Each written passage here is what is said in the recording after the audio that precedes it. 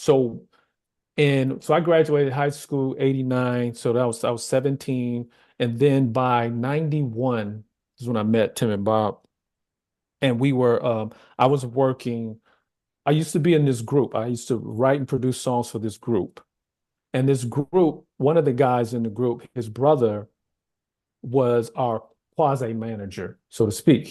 Well, not quasi, he did. He managed us. He did his whatever he could, whatever opportunities he could find. And he found this one opportunity, which was John Sally, because John Sally had a recording studio and a record label called Hoop Sounds. And this was right Mm. after the second championship, right? For the Pistons. And so he got us a meeting. We went over there, did the meeting, and for some reason, John he asked me, like, do you sing? I said, yeah, but that's not my focus. I want to stay behind the scenes. I don't really want to be out front like that. I just write and produce the songs for these guys. But John kept saying, like, no, no, no, no, no, I want to work with you. So he decided he wanted to work with me and not the group. He wanted me to produce tracks for him.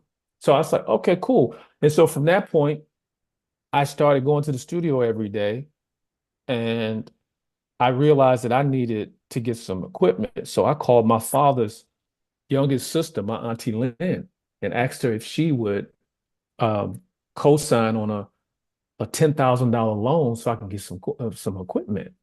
And I didn't have no job. I mean, all I had was $1,000 that John had paid me as to start, producing tracks for him.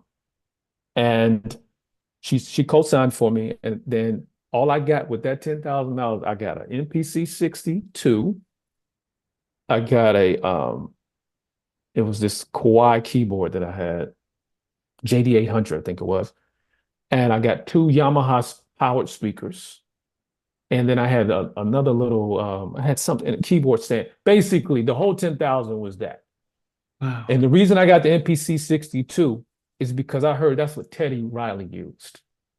And he's a friend of mine now, but back then he wasn't. I didn't know him. He's just someone I wanted to meet. I said I was going to meet him, so I was like, "Yo, I got this," because I remember Kern and Valdez. They're based in Detroit as well. They had MPC 60s, so I'm like, "Yo, I got to have this, right?" So then I'll never forget when Tim and Bob came to the studio. They came to the studio by way of this other guy who owned another studio across the way. He was bringing them by to show off that, hey, check out my producers from Chicago. So John is like, yeah, this is my guy. This is my guy from Detroit. And as soon as me and Tim and Bob met, we was just like, we clicked because we just loved each other's music so much. I just thought that what they did was so unique. They thought what I did was so unique. And that was that. That's how we met. And through that little period of time, they were like, yo, man, when we get down to Atlanta, because Tim was like, yo, my girl, my girl's cousin is T-Bob's. And so we going down there for a meeting. When we get down there, man, we get hooked up. We gonna hook you up. They told me Wow. that in 1991. And then I didn't see them for, man, I didn't see them for a year and a half, maybe. I didn't hear from them. They were gone. John got traded, so the studio was shut down. And then I started Oh, working at the studio. I started working at the studio that Tim and Bob used to work at.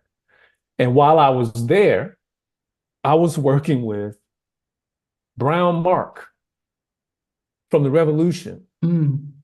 Brown Mark was in town, and me and Brown Mark was working on music for Dietrich Haddon. Bob mentioned Dietrich Haddon. Yeah, Dietrich Haddon yeah, is a yeah. gospel artist, but Dietrich is a very talented guy. But we were working on this music for him, which wasn't necessarily gospel. It's more like, inspirational Inspiration like pop. BB and CC kind of thing. Yeah. Yeah. And so then I was like, so I was working at that studio for about 6 months. And then I'll never forget my mother told me, because at this time I was 21 and it was March, like third week of March. My mom's like, yo, you got to get out of here. It's time for you to be a man. You got to go tomorrow. What? So here I am. Yeah, I was like, my mom told me I had to get out.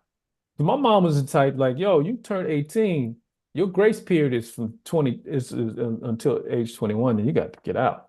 So what I did was instead of going into a full panic trying to find a job and all this, I went over to my girlfriend's house.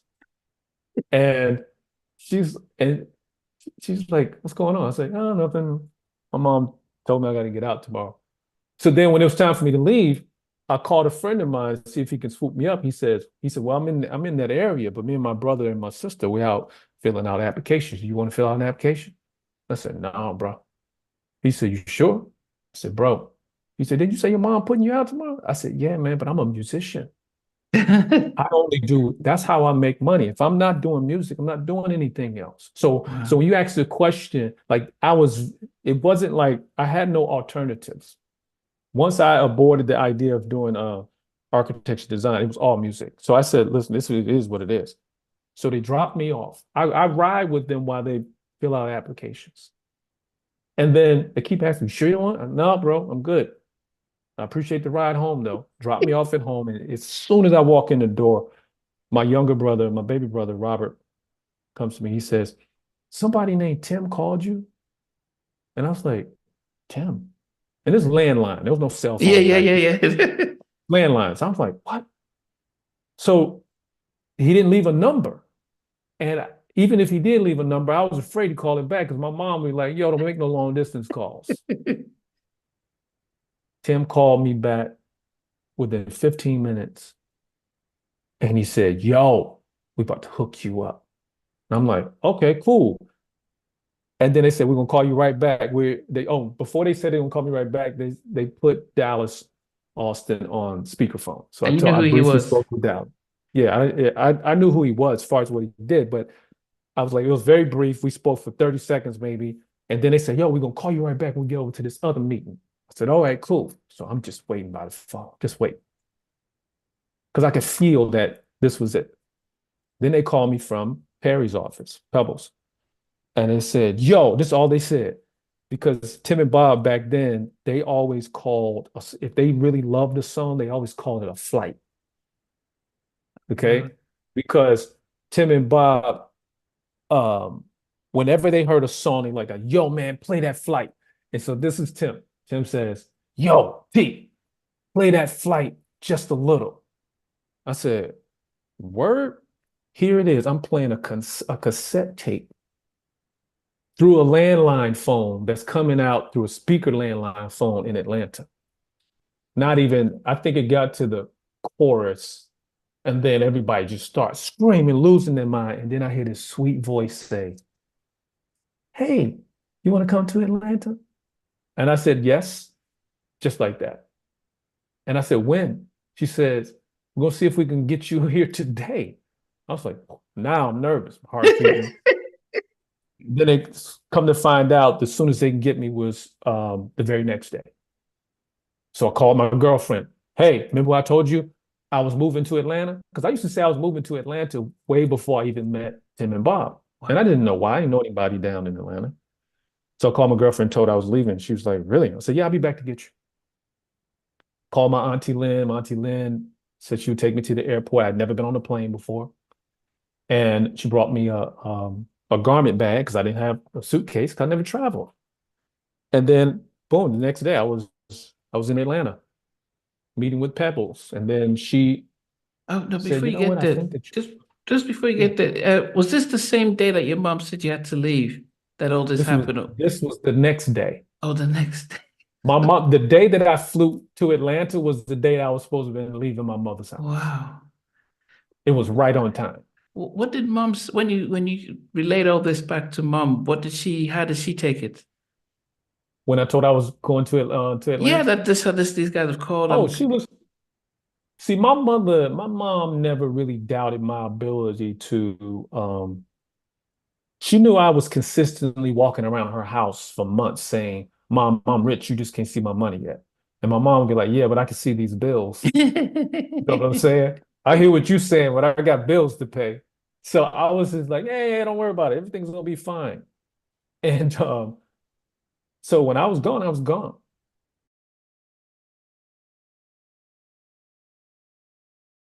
Hey guys, thanks for watching. Thanks for being a part of Halftime Chat. Please remember to subscribe, share, and comment. But most importantly, why don't you become a member of Halftime Chat? We've got amazing videos, amazing perks, and being able to support the channel. But anyway, thanks for watching. Take care. I never participated in that kind of. And somewhere in between us for even loving us, on which I didn't miss you with. What was it like growing up? She's still making an impact on 4 houses down. I have a couple of pieces. Trying to get this one and that one. That works for you, but just for me, No, okay. They don't understand what those boys win in all spirits. Play it. these guys, they all work together. I mean, I love all different genres.